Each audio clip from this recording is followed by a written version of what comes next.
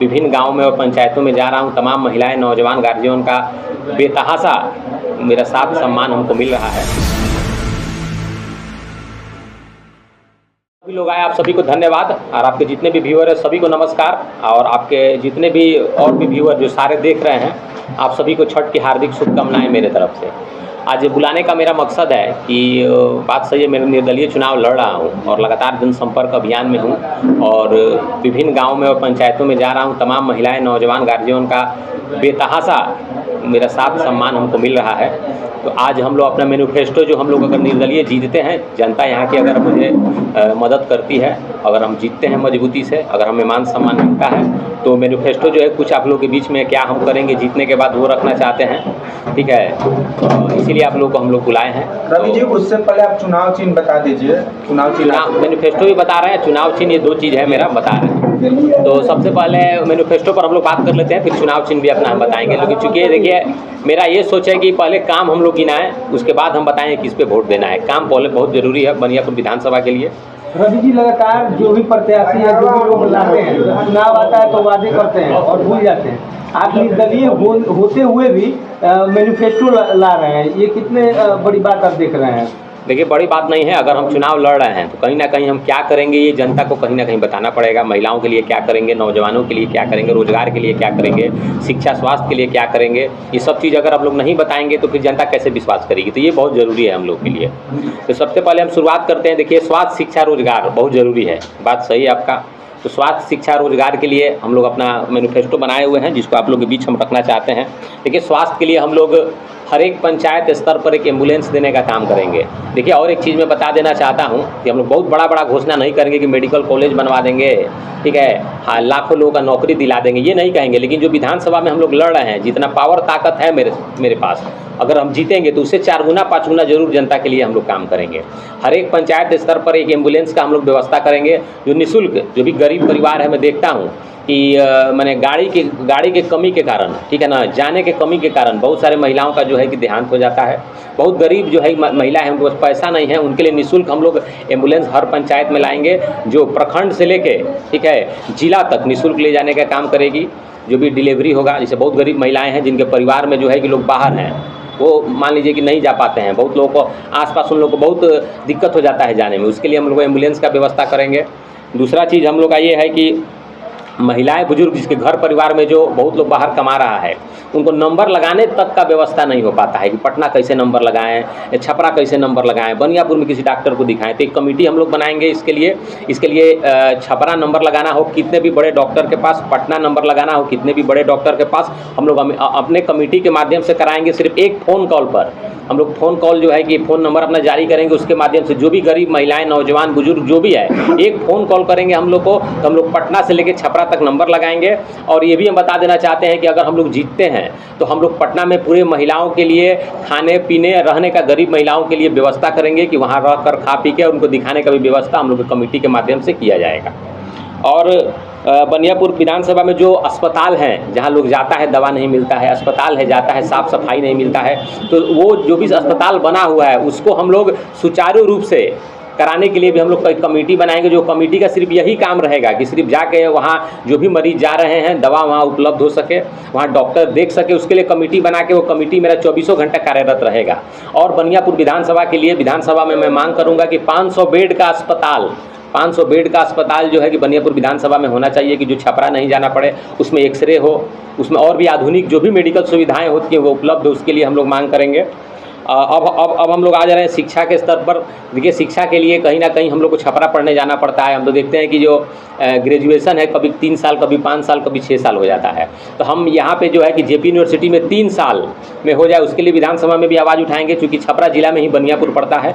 और हम लोग बनियापुर विधानसभा में एक पॉलिटेक्निक कॉलेज हम लोग खोलना चाहते हैं, क्योंकि देखिए पॉलिटेक्निक कॉलेज में अगर आप पढ़ते हैं तो हर छोटी छोटी डिजिटल और हर रासायनिक बहुत सारा चीज़ आप सीख के और जो है कि रोज़गार यहाँ पैदा हो सकता है। तो पॉलिटेक्निक कॉलेज हम लोग खोलने का मांग करेंगे यहाँ पे। और बनियापुर में हर एक पंचायत में, ठीक है, हम देखते हैं कि अभी जो है कि लोग लाइब्रेरी खोल लिया है और कुछ पैसा लेता है और बच्चे आके शांतिपूर्वक वहाँ पढ़ते हैं जो घर में नहीं पढ़ पाते हैं। तो हम लोग हर एक पंचायत में लाइब्रेरी का स्थापना करेंगे, जिसमें तमाम नौजवान लड़के लड़कियां आके और शांतिपूर्वक जो है कि उसमें पढ़ के और आगे बढ़ने का काम करेंगे। और शिक्षा के ये भी हम बता देना चाहते हैं कि जो भी लड़के 10th में जो टॉप कर रहे हैं, जो भी लड़के लड़कियां जो भी गरीब परिवार से है, वो अगर आगे नहीं बढ़ पा रहे हैं, जो अमीर हैं जो मजबूत हैं वो तो मान लीजिए पटना जाके पढ़ लेते हैं, दिल्ली जाके पढ़ लेते हैं, लेकिन क्षमता रहते हुए भी जो नहीं पढ़ पाते हैं उनके लिए पटना हम लोग छात्रावास का एक व्यवस्था करेंगे बनियापुर विधानसभा के तमाम लड़के लड़कियों के लिए कि वहाँ जाएँ और पढ़ें, उनका सारा व्यवस्था हम लोग करेंगे। क्योंकि जब तक नौजवान लड़के लड़कियाँ पढ़ के आगे नहीं बढ़ते हैं तब तक बनियापुर का विकास नहीं होगा। हम लोग चाहते हैं कि बनियापुर का विकास हो तो उन लोग को हम लोग आगे बढ़ाने का काम करेंगे। रोजगार में हम बता देना चाहते हैं हर पंचायत में हम लोग सूक्ष्म लघु उद्योग लगाने का काम करेंगे, ठीक है, सूक्ष्म लघु उद्योग लगाने का काम करेंगे जिसमें हर पंचायत में सैकड़ों उनको रोजगार मिलेगा।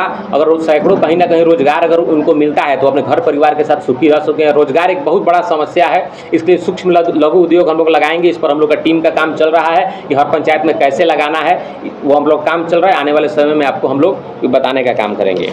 ये हम लोग का हो गया।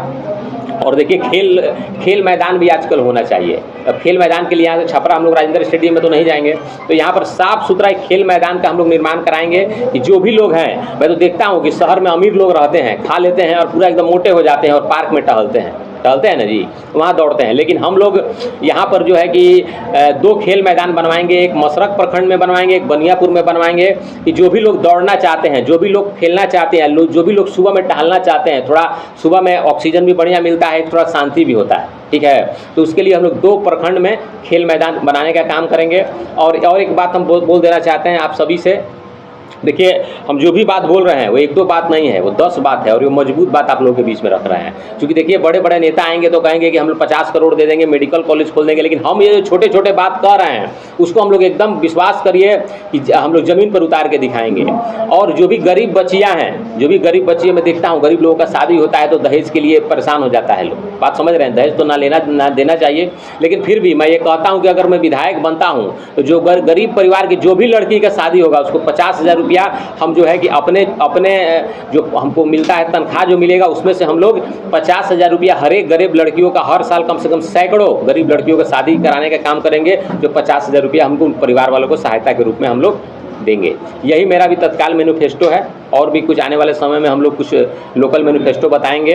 और हम ये बताना चाहते हैं कि जहाँ जहाँ हम लोग जा रहे हैं बहुत सारे जगह रोड नहीं है, जहाँ गरीब परिवार है, मुसहर परिवार है, दलित परिवार है, जहाँ तक रोड अभी तक नहीं पहुँच पाया है वहाँ रोड का निर्माण कराना, ठीक है। और बहुत सारे गांव में मैं घूमा हूँ तो देखा हूँ नाला नहीं है, रोड पर ही पानी लगा हुआ है, उसके लिए नाला का निर्माण कराना। और बहुत सारे गांव हैं जहाँ नहर रोक दिया गया है, नहर से पानी नहीं जा पाने के कारण पूरा धान फसल एकदम डूब जा रहा है। उसके लिए है कि उसके लिए ब्रिज बनवा के और पानी का निकासी करवाना, ये सब हम लोग का मुख्य मुद्दा है। यही हमारी घोषणा है। रवि जी, सबसे बड़ी बात है कि आप निर्दलीय चुनाव लड़ रहे हैं, बहुत कम समय बचा है, लेकिन देखा जाता है कि नेताओं के कंधे पर सिर्फ एक गमछा देखा गया है आज से पहले। आपके कंधे पर 2 गमछा है, एक ब्लू कलर का, एक भगवा कलर का। 2 गमछों का क्या कारण है? देखिए, कहने का मतलब है कि ब्लू भगवा गमछा बात नहीं है।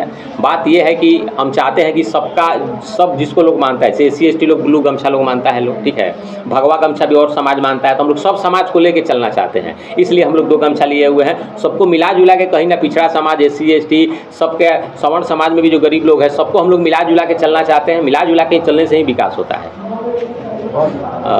चुनाव चिन्ह अपना बता दीजिए।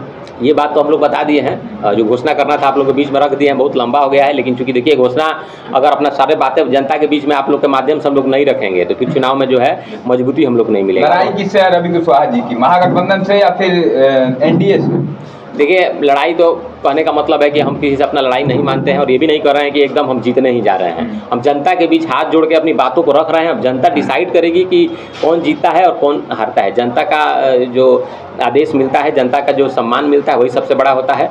और मैं ये बता देना चाहता हूँ कि मैं रवि कुशवाहा जो चुनाव लड़ रहा हूँ, 6 नवंबर को चुनाव है और मेरा क्रमांक जो है वो 6 क्रमांक पर ही है। और AC एयर कंडीशनर छाप मेरा वो है, चुनाव चिन्ह है। और 6 नवंबर को मैं सभी से हाथ जोड़ के आग्रह करूंगा कि 6 नवंबर को 6 क्रमांक पर एयर कंडीशनर छाप पर वोट देके और मेरे हाथों को मजबूत करें।